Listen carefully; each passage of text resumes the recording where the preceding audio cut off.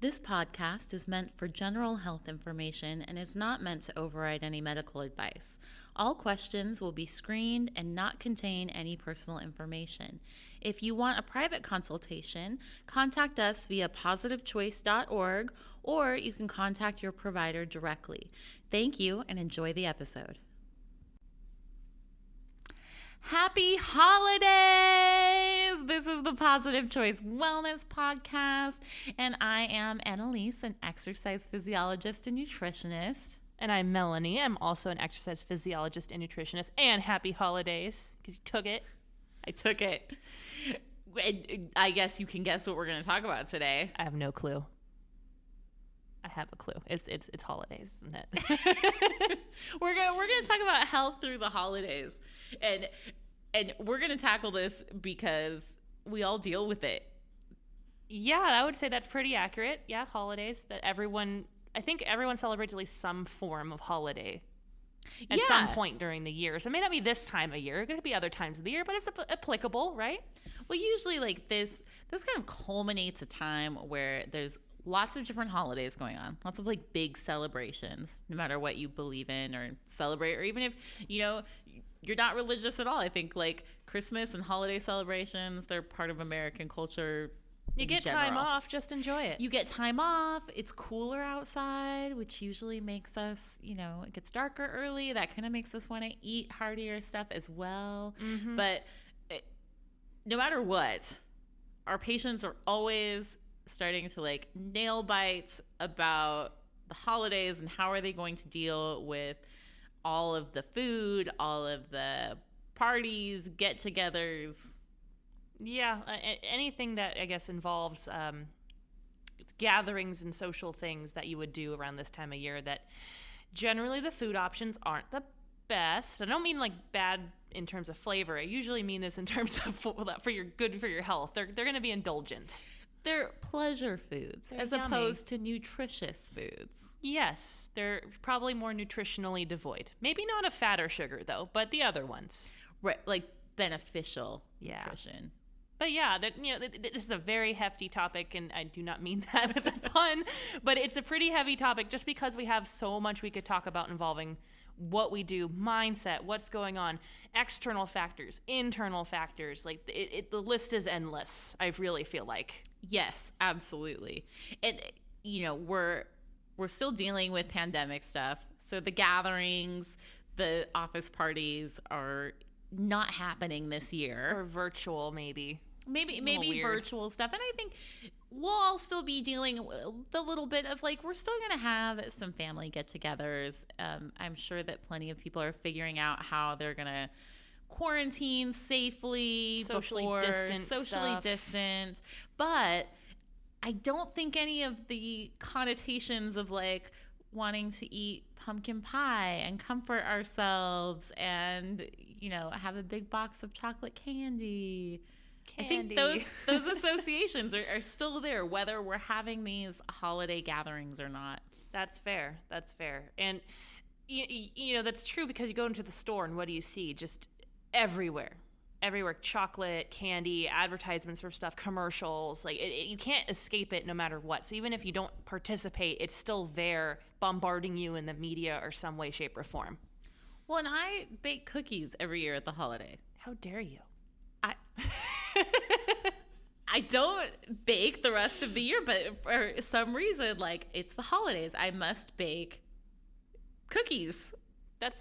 And so I have that association, and we don't have an office to bring them in and pawn them off. So I am a little bit. People eat my cookies, I won't eat. I'm a little worried about my inclination to bake a batch of cookies and just have it sitting around my house. Could you make like a quarter batch? No. Had you a quarter of an egg? Figure that one out. I'm excited. I could. My cookies have 2 eggs in them, so I could do a half a batch. I don't know. I'm not liking where this conversation is going. Okay. I don't like it. Okay. Well, we'll stop talking about the cookies and leave you in your sadness over there, and we'll just switch gears and talk about everyone else and what they're going to do rather than your cookies. But I think so. I'm thinking like even just my own mental resistance of what are you talking about not doing what I always do? I want to do what I always do. I think that's going to be not just me in that position, no matter what it is. Yeah. It's hard to tell people to change, especially if they have traditions or things that they regularly do. So, for your example is the cookies. If I say, well, maybe I had like a quarter batch, and you looked at me with daggers like, no, how dare you say that? And if I were to offer that suggestion probably to anyone else, I'm sure I would get the same response. So understandable. But as far as, being open and receptive to change, you could possibly try that. I don't know. It could just be that one batch of cookies and that's it. I mean, I think you kind of hit the nail on the head there in terms of being willing and open to have things be different than they have been in the past, or different than what you think they should be. Exactly. We have these preconceived notions of how things should go and what things should do and how they'll play out. And this is a weird time, I feel like, in the world in general. Big pandemic going on. So things are a little different. And should you find yourself not having as many holiday gatherings and so on, and the traditional things that you normally do, baking all these things for all these people that you normally might do, maybe not happening now, what do you do? If you want to continue that and feel the holiday cheer and whatever it is, but not necessarily, add to the issue of, pandemic stuff, I guess I would go with. Yeah, or kind of even just narrowing it down a little bit. So what do we usually do around the holidays that cause us to slip from our goals? We eat a lot. We tend to eat a lot of pleasure foods versus our nutrition foods. And then we tend to fall off of our exercise routine, whether it's because it is, colder outside, or it's darker earlier. Yeah. Or maybe we have more plans that get in the way. Yeah. Whether it's travel or, whatever. Or having guests. Mm-hmm. Maybe you have a small little isolated gathering or something. You have people over more often than not, and that could be a problem. Yeah. So let's talk about some of these barriers. Absolutely. And I think the first thing to start with is what you just said, which essentially is, let's look at what is actually important to us instead of this automatic what should happen. Yeah. I think that's a great place to start. 'Cause I've been pretty open about this. I'm not much of a baker. I'm not really a big person into baking. I like to make extravagant meals, if anything. So that's probably more likely what I would be doing. But, as far as holiday traditions, I have my own little things I like to bake or not bake, but cook and make stuff that's on the tastier side, I will go with. It is heavier. It's pleasure food. It's good for your soul. soul. To nutritious food. Yeah, good for your soul food. Yeah. So thinking about a way to change it, make it so it's doable, where I can still get enjoyment out of whatever I'm doing, but not feel like I'm sabotaging myself in a sense, because I don't think anyone goes into the holidays going, I want to gain 15 pounds. That sounds like a great idea. I don't think anybody goes into the holidays like that. And if you do, good for you. But I don't think that's a common thought process. And, things that we have that we value and find important, if you don't want to gain a bunch of weight during the holidays, and maybe your holidays have, what we're doing now has changed, that could just be an opportunity to not do what you were doing before and change things up and get a little creative this time around. Maybe you make something different. Maybe you try to do a healthy spin on something. Or maybe you don't make it at all and make something completely different. Who knows? There's a lot of opportunities to change it, but take it as an opportunity, not a drawback or a setback or, an obstacle. Yes, I love that so much. And I think that is the lesson of the year. We've been dealing with a pandemic and unsuredness and everything being different. And you really see some people are thriving in that because they are leaning into the opportunity to do things differently. Exactly. And I personally have found that I've been doing that this year, where I'm leaning into these opportunities of just I can change this, I can try that. I'm a very social person. I like to go out and about, and I like to do things, and I found that I can keep myself entertained without doing that now. Which, had you asked me a year ago, what would you do if you're stuck at home for 7 months? I would be like, I don't know. Like, I'd probably die. I don't know. I have no concept of how to entertain myself. But instead of just being all glum and like everything sucks, I can't believe it, I found an opportunity to change things up and get creative with it. And the same can be said for the holidays as well. It's not just limited to any other point of the year. It's really applicable at any point. It's never, I won't say never, but take any opportunity you can and look at the situation and say, can I make a difference here? Can I change this? Is this something that I'd be willing to do? And then you start with that. Yeah. So starting with some of maybe the foods that we usually associate with comfort and holidays. Yes. Would it be okay, especially if your normal holiday plans are interrupted, if we're not seeing parents or grandparents this year, or the inverse, or kids, grandkids this year? What does that mean in the reality?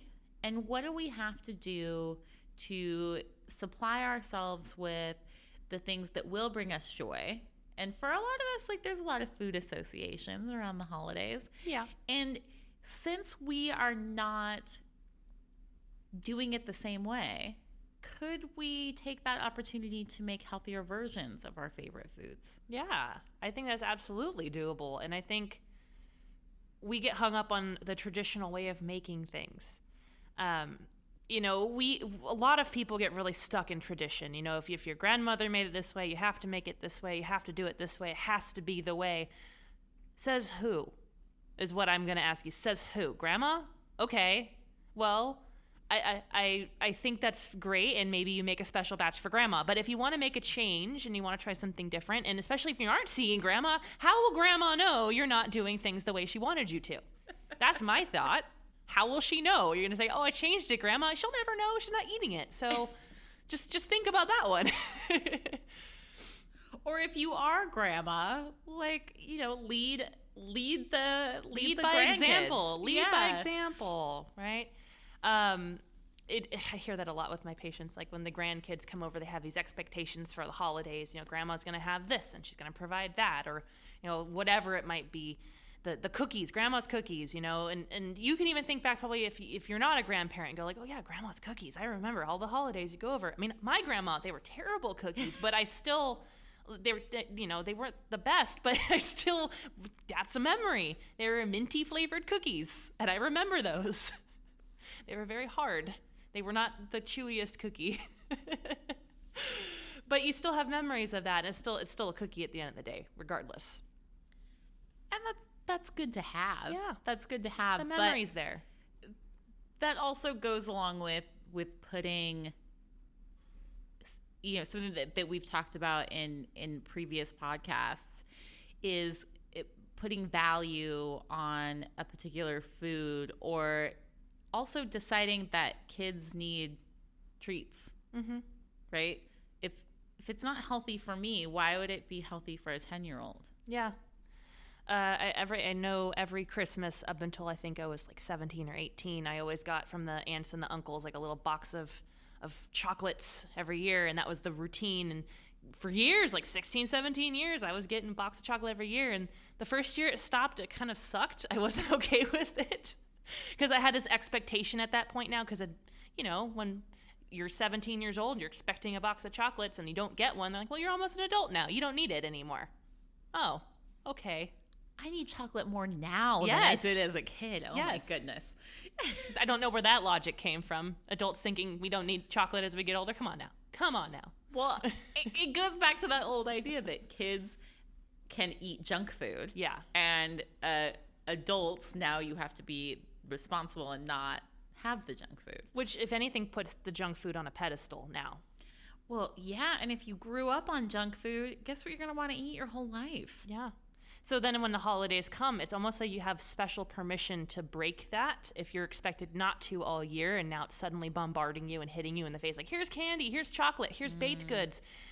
You're not allowed all year, and you've been denying yourself all year, and all of a sudden everything's there. You're off the rails. because it's a free for all. You're like, oh great, this is awesome. I'm gonna eat all the things now, and especially the 2-for-1 sales. Yeah. And come January 1st, you're going to have to get on your weight loss resolution. Which I think that's the mindset we all get stuck in is, well, if once January 1st hits, then everything will be okay. And I want to point out that January 1st is just a day, just like March 31st, just like July 2nd. It's just a day. There's no reset button? No. Oh. Your body doesn't go, oop, new year, let's change it. It doesn't do that. You don't have a shift in everything that you're doing. Most of the time, it's just I'm so tired and sick of what I've been doing to my body for the last month and a half that now I want to make a change. And it's almost like we give ourselves permission pretty much at the end of October all the way through the new year that we can do whatever we want because it's the holidays, and that we just give ourselves permission to let our guard down, if anything. And, that's great and all if that's what you want to do, but just think about this. The average weight gain, is about 10 pounds from the end of October till the beginning of the year, give or take. Could be more, could be less, but you're typically it's a weight gain. We see most people go up in weight in those couple months before the new year, and a lot of it could be marketing, advertising of the things that are out there. But I think it's just us in the mindset of, well, we'll fix it on the first of the year and it'll be better. And I'll ask all of you rhetorically, since none of you can actually respond to this at the moment, but has that worked? Has the reset button worked? And how do you feel come January 1st? I know I have been there. I've been there too. Yeah, and everybody I know, usually by New Year's Eve, people are just feeling not good. Mm-hmm. They've been drinking too much. They've been eating too much. They haven't been moving. They feel sluggish, and they're looking forward to that January 1st so they feel good again. And when we step back and look at that in the big perspective, why wouldn't I want to feel good through the holidays as well? And I tell my patients this in classes too. I'm like, you don't have to do that. And even if you gain a little bit over the holidays, let's say in the 2 months before the new year, you gain 2 pounds. Hey, that's still a win in my book because the average is 10. So if you're only gaining 2, that's still doing better than, if you just went off the rails and gave yourself permission to do whatever you wanted. And I think 10 may not be the most accurate number. I'm pretty sure it might be even higher than that. But the reality of it is there's typically a shift in mentality, and it's almost like you're getting it all in at the end of the year while you still can. Like, oh, time's running out. Let's eat as much as we can. Get it in. Oh, new year. Okay, let's correct, self-correct, course correct. Let's go back on what we were doing before. But you feel crummy. I wouldn't even say it's New Year's Day. It's probably more like the 2nd of January where people start to make changes. The day you have to go back to work after New Year's, it's usually that day. Yeah, it's usually however long after we're like, all right, now I have to do the thing. Whatever the Monday is. Yeah. It's Monday. It's the first of the year. It's that ultra reset button. Yeah, exactly. So I think one of the issues that a lot of people commonly face, though, outside of food is the lack of daylight. Since that time of year, in general is always going to have shorter days, longer nights. And that's just problematic, I think, for a lot of people when you're out and about. And let's say you have a normal work schedule. You start work when it's dark, you're off work when it's dark. And guess what? If you're an outside workout person, that limits your window of opportunity to a very, very small, maybe lunch break if you wanted to do that. But that's it. Then you have to work out in the dark. And now you're limited to whether you can go to the gym. Yeah, that's true. So you have limited gym options. You have limited outside activity options. It's colder most of the time. Not a guarantee, obviously, because San Diego, sometimes we got 80-degree heat waves. It happens. But the thing we find is that we move less, we do less, and maybe we're busier. We got a lot going on usually. You're planning things, doing stuff, buying things, being occupied at all times. Where do you fit it in? How do you move? How do you get that into your life? I mean, that comes down to priorities. It's true. Right? And also being malleable. It's the same thing of accepting the reality of what it is and making a plan.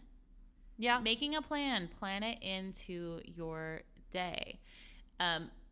I struggle with it starting to get dark at 4:30 because in my head, once it's dark, I kind of like start shutting down for the night. I'm like, okay, we're going to start winding down. It's that circadian rhythm. It's just the best. Right. So the idea of working all day and then I'm at home and it's cold and it's dark.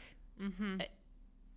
Yeah, it's like, let's wrap ourselves up in a blanket and have a nice cup of hot cocoa and sit by the fire and exist in our little bubble of comfort, and that's the best, because why not? That sounds amazing. But I guess what I would go with that too, though, is if you find that when it's darker in the evening after a day of work and you're really just struggling to get something in, maybe change when you're working out. If you are an evening worker outer person, you're like, I like to exercise after I'm done with work, get it done at the end of the day, but you find that when it's darker out, it's harder to do, maybe you have to switch to a midday or morning situation, because I'm personally a morning workout person. I love doing it first thing in the morning and then getting it done with, and then I have the rest of my day to do whatever I want. I don't particularly like afternoon or evening workouts. I'll do them, but I would prefer waking up and getting it over with. So my thought on that is like, yeah, if you do it first thing in the day, no one can take it away from you. You can't have something pop up and ruin your day, and now you can't get your workout in because this happened. You already did it. It's done. You can go on with life. And if you're thinking, well, I have to work at 6 a.m. I know people who would get up at 3 to get their workout in and get done by 4, ready by 5, at work by 6. It is a thing. They made it a priority. Not to say that's something you should do. I wouldn't, but I will do an evening workout and do it that way personally, but I still prioritize it. But yeah, it's still prioritizing. Exactly. It. But I have met those people, and I'm like, good for you. You're a diehard. I would not get up at 3 a.m. to work out.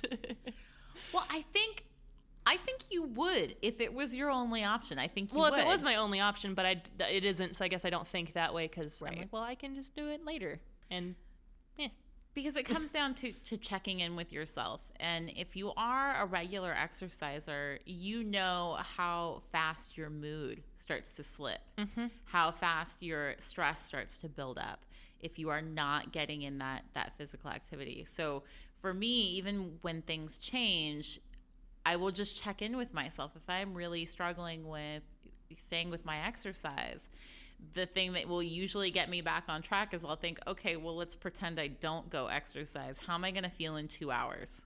Yeah. And I will feel guilty. I will feel restless. And the next day I'm going to feel a little bit, more stressed out. Mm-hmm. And I may not sleep as well. So I try to focus on all of those immediate things that I'll miss out on that I really enjoy, that makes life enjoyable. And you're in a good routine if you feel bad that you didn't exercise. Because it's one thing to go, oh man, I didn't exercise. Oh well, or oh, I really didn't exercise and I'm feeling uncomfortable that I didn't. And you kind of kick yourself like, I can't believe I did that. And you really feel guilty. It's not shucks. It's more of you really don't feel good about it. It's like leaving the house without brushing your teeth. Does not feel good. You just feel off. Yeah. You're like, this is not right. Yeah, it's not correct. It's wrong. It's all wrong. And self-conscious, like maybe I stink. I don't know. But if you can find a way to prioritize exercise, and we've talked about it in previous podcasts, but to make it clear, you do not have to do it all in one sitting. You don't have to have 30 to 60 minutes of your day in one allocated time frame to do that. If you have a hard time fitting in and you're worried like daylight and this and that, split it up, break it up into 10-minute increments and spread it out throughout your day. Just do little bits here or there, and then it culminates into a total of 30 or 60 minutes, however much you feel like doing. Mm-hmm. And that's probably the most effective way, especially busy times. If you have a 10-minute break at work, that's a great time to go on a walk, which I think it was only about a year and a half ago that I started doing that, because normally I would just sit at my desk and just keep sitting, because breaks are optional. You don't have to, but I just would keep working because I was like, I move enough. I'm an exercise physiologist. I've got a fitness tracker. I do not move enough. And I decided to incorporate walks on my breaks. And I just did a 10-minute break, walked X amount of laps around the building. One of our coworkers here, she told me what she does on our breaks. So she goes up and down the stairs 2 times. And there's 6 flights of stairs. We're on the 6th floor. 6 flights of stairs twice. I don't even want to do it once. I don't want to do it once either. So, and it's ultimately your prerogative on what you want to do for that. But if you have a little bit of time, fit something small in. What are you doing otherwise? Scrolling on your phone? Probably. Or telling yourself you're being more productive by staying. That's true, which you actually become less productive the more work you do and the less breaks you take. Absolutely. So finding a way to prioritize your fitness routine, definitely a great thing to incorporate into your day. Yeah. So do we have any questions this week? I think we do. Let me get it up. All right. Yes. So we have a couple questions. So we have one from Raquel, and it says, every holiday season, I get gifts of chocolate or baked goods. I'm jealous.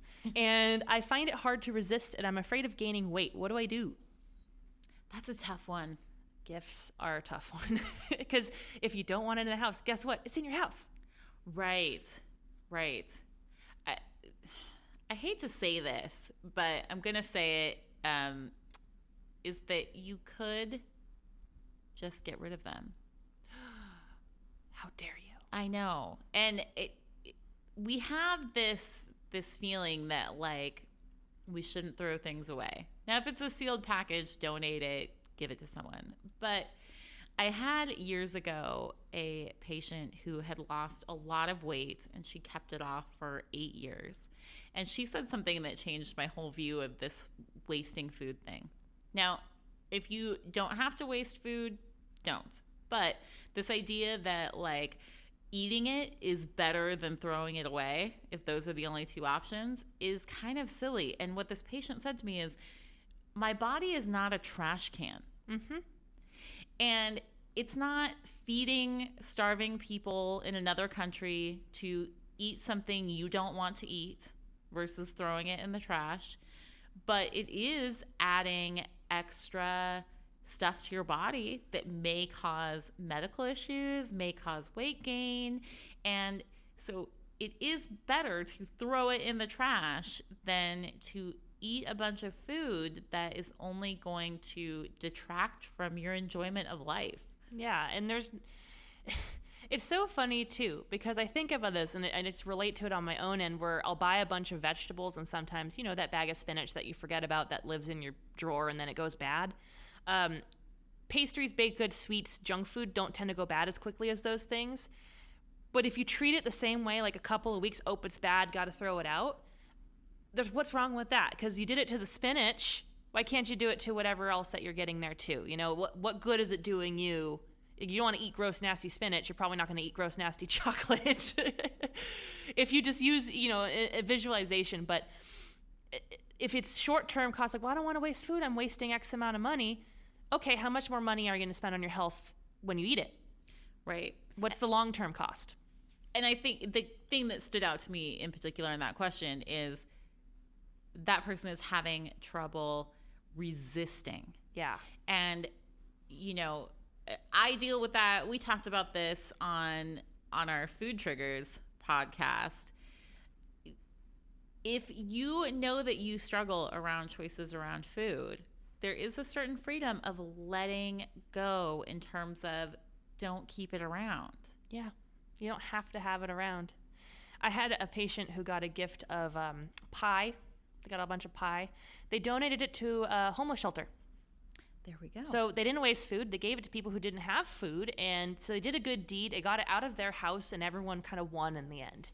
And I thought that was really, really cool. Because if your fear is wasting food, because I don't believe we should be wasting food either, but if you have a way to pawn it off on someone or donate it or get rid of it in a way that benefits someone else, why not?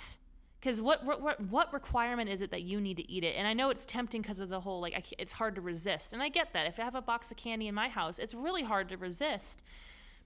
But sometimes it's a little bit of a mind over matter situation where you have to remember, what are your goals? What are you trying to do? Where are you at? And where do you want to be? And if you cave and indulge, it's not the end of the world, obviously, but it's just repeating patterns that you've always been doing. And if you're trying to break that pattern, you have to be a little uncomfortable for a little bit. And that could be, hand it off to somebody. And then you're shaking and you're like, I don't know. And then just take it. And then you shove your hand in their face and run away. That is absolutely a way to handle it. Just get rid of it. I don't want it anymore. I'm just visualizing that the whole time Melanie's describing it. I was miming it. You can't see me, but I was definitely showing her what I was doing. She was miming it. I was pretending she had food in her hand. Yeah, it was a good time. But that is a tough one. Just, it's okay if you fall into temptation. Don't be too hard on yourself, but know that you don't have to. You can find another way of not having it around where you still benefit someone else. Yes. And I think the other thing worth mentioning here too is you don't want to go full deprivation either. So if you enjoy foods, taking time to eat it mindfully, to really, put your full focus on it and enjoy every bite, that's a good thing. Yeah. That is using that pleasure food for the pleasure it's intended.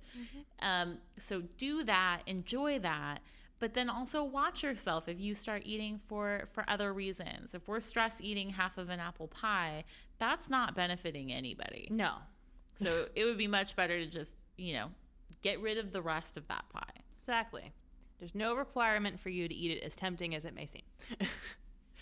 Okay, so second question we got is from Marshall, and it says, I always find the holidays hard, and this year I feel even more isolated because of the pandemic. How do I make it so I don't feel as isolated? Oh, Marshall, I feel for you. That's a tough one. It's hard because I do know a few people do feel pretty isolated just in general, and then with the holiday cheer, we start to feel even more isolated because we're maybe not able to do as much as we probably could have before in previous years. Well, and for oftentimes, I think it's worth mentioning that even though cheer is the name of the game around holidays, for a lot of people, holidays are a much bigger struggle than any other time because of that expectation of what it's supposed to be. Yep. And then this year, many of us are dealing with not being able to see family, not traveling, not having the gatherings we usually get to have. And then you're right, that adds to that isolation. Yeah. So, one thing that I've recommended to a couple of patients of mine who they actually became good friends from a class I was teaching. And I thought that was kind of cool. And that was pre-pandemic. And then, when the pandemic happened, we were doing these phone calls just to keep them in check because we didn't have any other backup plan. We're like, just call them. I don't know. And we would talk to them on the phone. And so I talked to them separately of each other, but I suggested to both of them, like, well, I know it's a pandemic, but what if you just did like a socially distanced walk around the lake? And they did. They started doing that. And then they do it weekly. They do it every week now. And it's been awesome. It's been several months since I recommended that. And I thought that was really cool because, you can wear a mask, stay at least 6 feet apart, be outside, get some exercise while you're at it, and you can be social. And that was something that I thought was really impactful. Yes. And even just touching on a couple of those factors alone. So getting outside, getting out in the sun. Vitamin N, nature. Vitamin N, as our dietitian Kay usually says. But there is some power to feeling that vitality of feeling the sun on your skin or feeling the cool air on your skin, whatever it is, but kind of bringing yourself into the moments. Yeah, and the other thing too is if you don't have that capability, maybe you're immunocompromised or maybe you're just in a situation where you just don't want to take that risk. Understandable. I don't blame you. Virtual consults or not consults, but like I don't want to name brands, but just like a video call somebody. Virtual parties. Yeah, virtual parties. They do that all the time. And if there's people you can do that with, do that. You can find communities online who do that regularly, who don't necessarily even know each other personally. They just want that socialization aspect. So reaching out to, groups on Facebook or, we talked about this on a previous podcast, but like a meetup, you could do meetups. That would be a cool thing to involve in, which is, I think a lot of them have done some virtual stuff. And in a way to get out there and have some sort of socialization without taking the risk of your health or whatever it may be, that's not a problem. That's not a bad thing to do at all. We forget that, even though the internet can feel very isolating, it can also be very welcoming too. Yes, and the important thing to know is that you are not alone. A lot of times feelings of isolation come from us feeling like we are the only ones experiencing that. And the cool thing and the secret about being human is that we're all relatively similar. This is true. So if you're dealing with something, there is a bunch of other people who also deal with that. And that's good because they're communities to reach out to. And then allow yourself to drop that fear or shame of how you feel and know that there are plenty of other people out there that feel the same things and that want to help and share as well. So drop that fear of joining those groups too, or seeking out those groups. Yeah, exactly. So look into sources online. Community centers might have stuff going on too. There's so many resources out there. But don't be afraid to check them out, because if the fear of it is holding you back, then it's going to keep holding you back. You have to be a little bit more open to exploring what might be out there and taking that chance and see maybe you will fall into something cool and exciting and liberating, and you're like, I have a social life again, yay! So whatever you need to do that will help you, that's in your hands at that point, because we can't tell you what to do more than what we just did.